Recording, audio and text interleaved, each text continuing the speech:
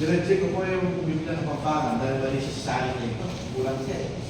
Lahat ng Biblia, ganito ang pagkasali.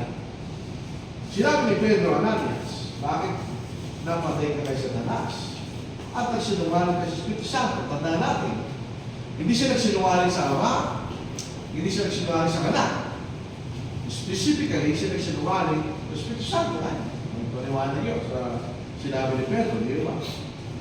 At itinago ng bahagi ng pinagbilang ng lupa. In other words, ang sinasabi ni Apostle Peter, kung gusto mong yan ang ibigay mo sa kapuluhan, okay lang. Bakit sinungaling? Dahil yung pag-aari ko yan, kanya. Pag-aari ko lang nasa iyo, pag-aari ko ng pinagbili na kanya. So, may kapangyarihan ka. Kung anong decision may bigay sa kapuluhan, sinungaling kayo na kasalanan. Verse 4. Now, ito'y hindi pa nabibili. Hindi ba yun yung nananggili niyo?